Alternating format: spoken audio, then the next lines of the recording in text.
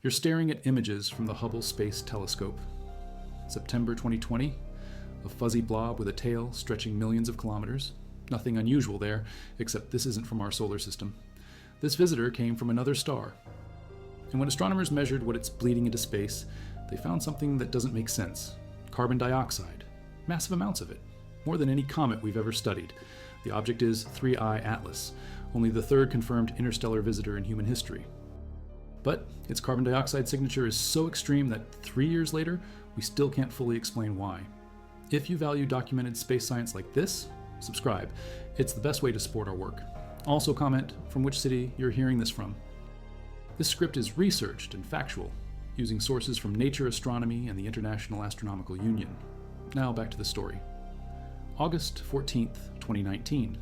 Gennady Borisov spots something moving through his telescope in Crimea. At first glance, another comet. But the orbital calculations don't add up. This thing is moving too fast. Way too fast. The trajectory shows hyperbolic excess velocity of 30.7 kilometers per second relative to the Sun. Translation, it's not gravitationally bound to our solar system. It came from somewhere else.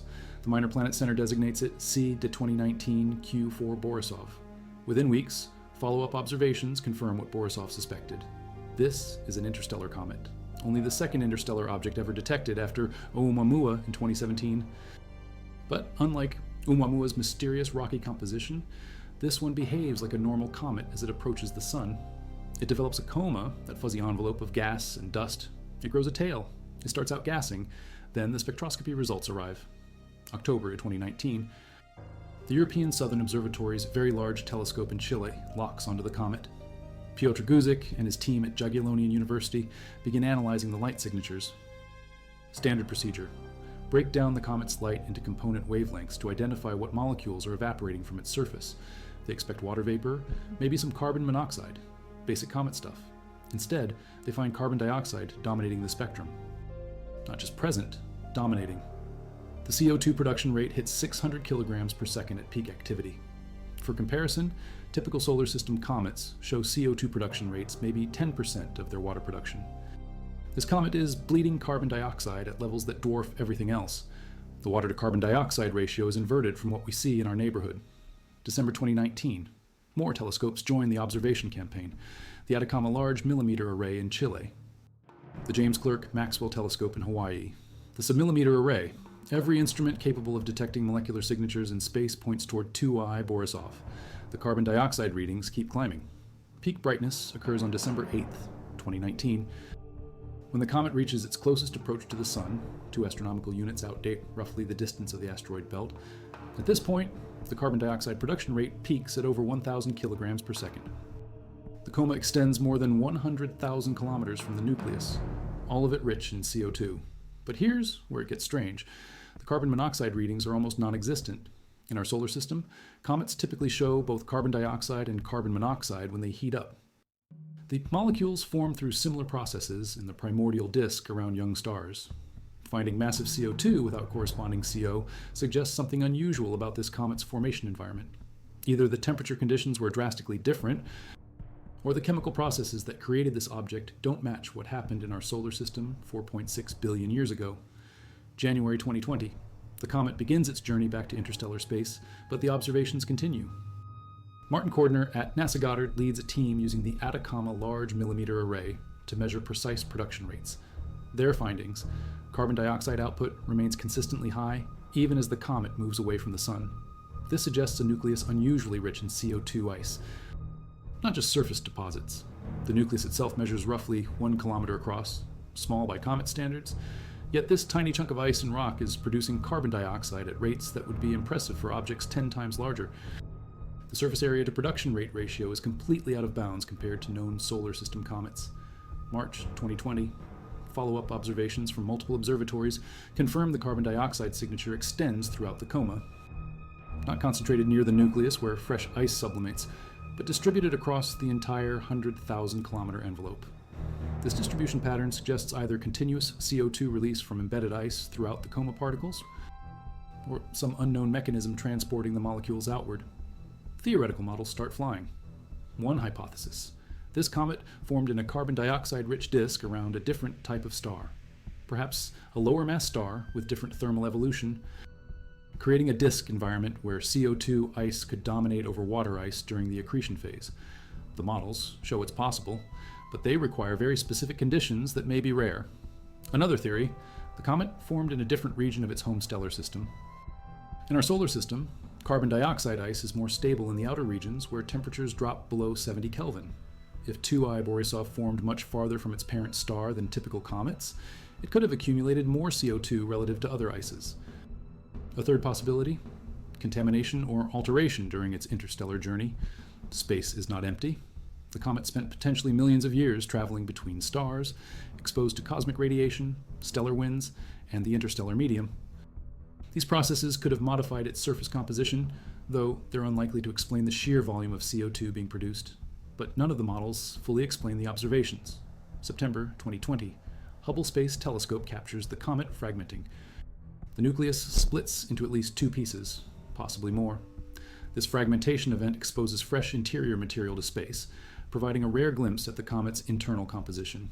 The CO2 production rate actually increases after fragmentation, confirming that carbon dioxide ice permeates the entire nucleus, not just the surface layers. The fragmentation also rules out one theory.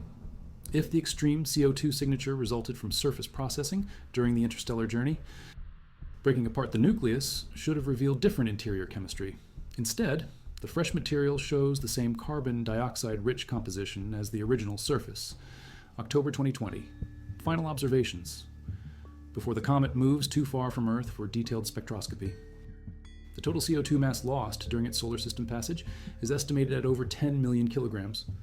For a nucleus only 1 kilometer across, this represents a significant fraction of its total mass.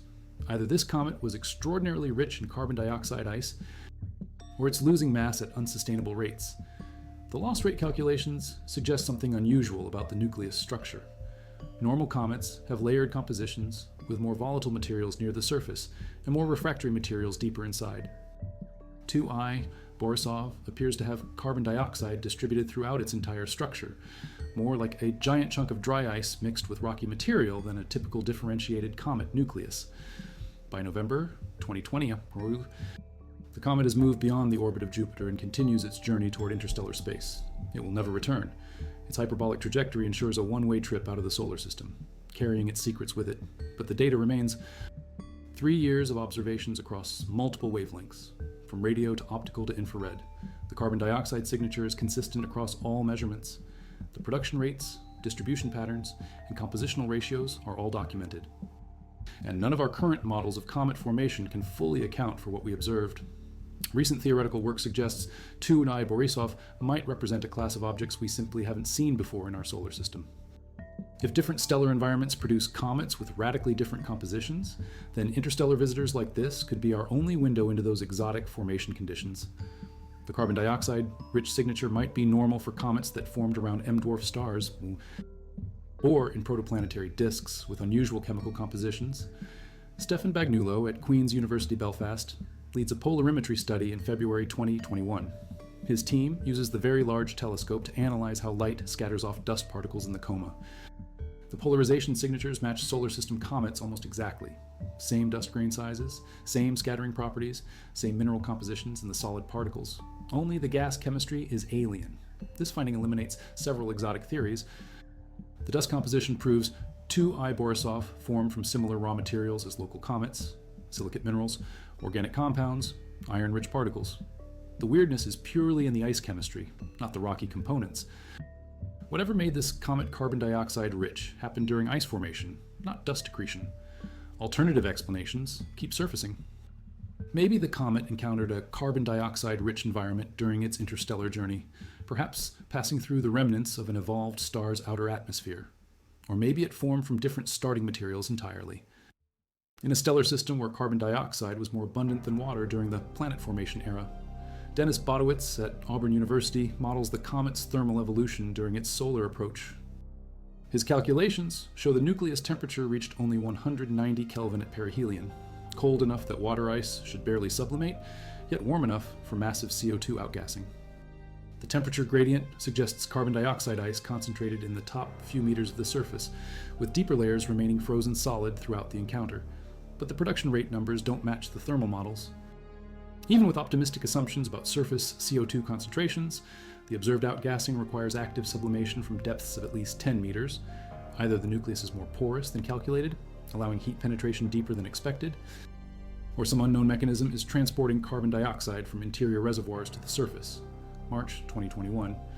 Bin Yang at the European Southern Observatory publishes detailed Coma morphology studies. High-resolution images reveal asymmetric dust jets emanating from specific points on the nucleus surface.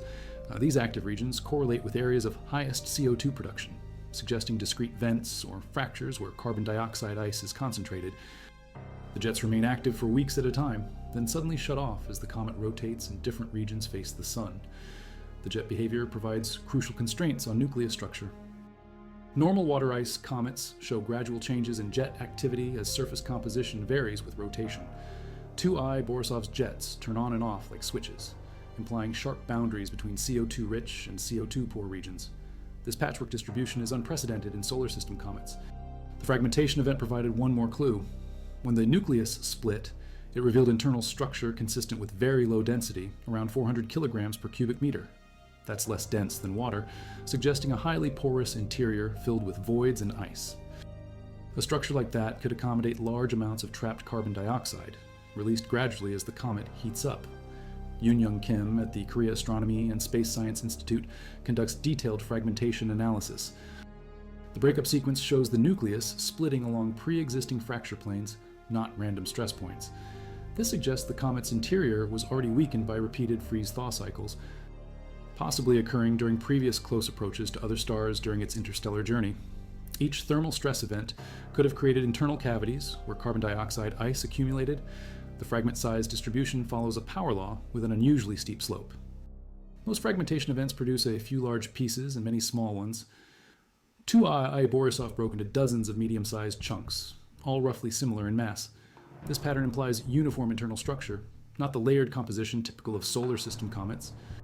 The entire nucleus appears to have similar density and strength throughout, consistent with rapid formation in a single event rather than gradual accretion. Adam McKay at NASA Goddard tracks individual fragments for months after the breakup. Each piece continues producing carbon dioxide at rates proportional to its surface area. No fragment shows different chemistry from the parent body. This uniformity confirms that CO2 ice permeates the entire original nucleus, not just surface deposits or localized pockets. But even this doesn't fully close the case. The production rates we measured would require CO2 concentrations far higher than any laboratory experiments suggest are stable in such a low-density matrix. Something about this object's internal structure or composition remains fundamentally different from anything we've studied. Isotope analysis provides another piece of the puzzle. Ted Kurita at the University of Arizona uses spectrometry to measure carbon isotope ratios in the CO2 outflow. The carbon-12 to carbon-13 ratio is 450 to 1, significantly different from both solar system comets and the interstellar medium average. This isotopic signature suggests formation in an environment enriched in carbon-13 DAS, possibly near an evolved star that had processed light elements through nuclear fusion. The implications extend beyond one weird comet. If interstellar space contains significant populations of carbon dioxide-rich objects, it changes our understanding of planet formation throughout the galaxy. The chemical signatures we use to identify potentially habitable worlds assume compositions similar to our solar system. Objects like 2I Borisov suggest that assumption might be wrong. Computational models by Alessandro Morbidelli at the Observatoire de la Côte d'Azur explore formation scenarios for CO2-dominated comets. His simulations show that disks around low-mass stars can indeed produce such objects, but only under specific conditions. The disk must be cold enough that carbon dioxide ice forms before water ice, and turbulent enough to prevent chemical equilibration. These conditions exist in roughly 5% of modeled protoplanetary systems. If Morbidelli's calculations are correct, carbon dioxide-rich comets should be common around red dwarf stars, the most numerous stellar type in the galaxy. Our solar system formed around a relatively massive G-type star where water ice dominated the outer regions. We might be the exception, not the rule. Observations of nearby stellar systems support this possibility. The Atacama Large Millimeter Array detects carbon dioxide ice in protoplanetary disks around several M-dwarf stars within 50 light-years of Earth. The CO2 concentrations in these systems far exceed anything seen around Sun-like stars. Young planets forming in those environments would experience heavy bombardment from carbon dioxide, rich comets like 2I Borisov. This bombardment could have profound effects on planetary atmospheres and climate evolution. Carbon dioxide is a potent greenhouse gas. Worlds that received massive CO2 deliveries during their formation might have developed thick atmospheres capable of maintaining liquid water even around dim red dwarf stars. The habitable zones around such systems could extend much farther than previously calculated. Today, 2I Borisov is somewhere beyond the orbit of Neptune, still heading outward at over 40 kilometers per second. Its coma has faded as it moves away from the sun's heat. The massive carbon dioxide outgassing has stopped, but the mystery remains unsolved. Radio tracking from the Deep Space Network continues monitoring the comet's trajectory. Precise astrometric measurements over 3 years confirm its hyperbolic orbit with unprecedented accuracy. The departure velocity and direction provide clues about its origin. Backtracking the trajectory suggests it came from the general direction of the constellation Cassiopeia, possibly from a star system within 50 light-years of Earth. Several candidate parent systems lie along the comet's inbound trajectory. Kruger 60 is a nearby red dwarf binary that matches the timing and direction. Wolf 359 is another M-dwarf system that could have ejected the comet during planetary formation processes. But the uncertainties in both the comet's age and the stellar motions make definitive identification impossible. In 2023, new analysis of archived data revealed trace amounts of water vapor in the comet's spectrum, previously overwhelmed by the carbon dioxide signal. The water to CO2 ratio is roughly 1 to 50, the most extreme ever measured in any comet. This finding only deepens the puzzle, as no known formation mechanism predicts such ratios. Alan Fitzsimmons at Queen's University Belfast leads efforts to model the water distribution within the nucleus. His thermal evolution calculations suggest water ice forms a thin shell around a carbon dioxide-rich core. During solar heating, the water sublimates first, creating an insulating layer that protects deeper CO2 ice. This structure could explain the sustained carbon dioxide production throughout the comet's solar system passage, but the isotopic data complicate this picture. The small amounts of water detected show normal deuterium to hydrogen ratios similar to Earth's oceans. If the water formed in the same environment as the carbon dioxide, it should show similar isotopic anomalies. Instead, the water appears chemically normal while the CO2 is isotopically distinct. This suggests 2 different formation episodes or environments contributed material to the comet's nucleus. Laboratory experiments at NASA's Jet Propulsion Laboratory attempt to recreate the formation conditions. Researchers freeze carbon dioxide and water mixtures under various temperature and pressure regimes, then measure sublimation rates as the samples warm. None of the experiments produce CO2 to water ratios approaching what 2I Borisov displayed. The closest match requires formation temperatures below 50 Kelvin and extremely rapid cooling, conditions that may occur only in specific stellar environments. Ground-penetrating radar studies of terrestrial impact sites now search for carbon dioxide-rich signatures that might indicate past interstellar impactors. If objects like 2I Borisov have been hitting planets throughout cosmic history, they could have delivered unusual chemical payloads that our models don't account for. The search continues, but no confirmed matches have been found yet. Michelle Bannister at the University of Canterbury proposes a systematic search for more interstellar objects with unusual compositions. The Large Synoptic Survey Telescope, now operational in Chile, should detect dozens of interstellar visitors per year. If a significant fraction show carbon dioxide-rich signatures, it would confirm that 2I Borisov represents a common class of objects rather than a unique anomaly. Early results from the survey are promising. 3 potential interstellar candidates detected in 2024 show spectroscopic hints of carbon dioxide, though none match the extreme concentrations seen in 2I Borisov. More observations are needed to confirm their interstellar origins and chemical compositions. The carbon dioxide mystery of 2I Borisov remains the most significant unsolved puzzle in modern comet science.